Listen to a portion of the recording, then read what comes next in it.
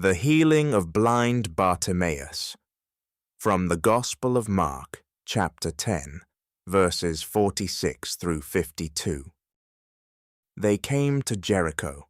As he and his disciples and a large crowd were leaving Jericho, Bartimaeus, son of Timaeus, a blind beggar, was sitting by the roadside.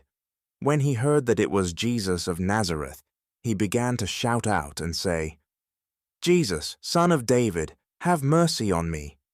Many sternly ordered him to be quiet, but he cried out even more loudly, "Son of David, have mercy on me." Jesus stood still and said, "Call him here." And they called the blind man, saying to him, "Take heart, get up, he is calling you." So throwing off his cloak, he sprang up and came to Jesus. Then Jesus said to him, "What do you want me to do for you?"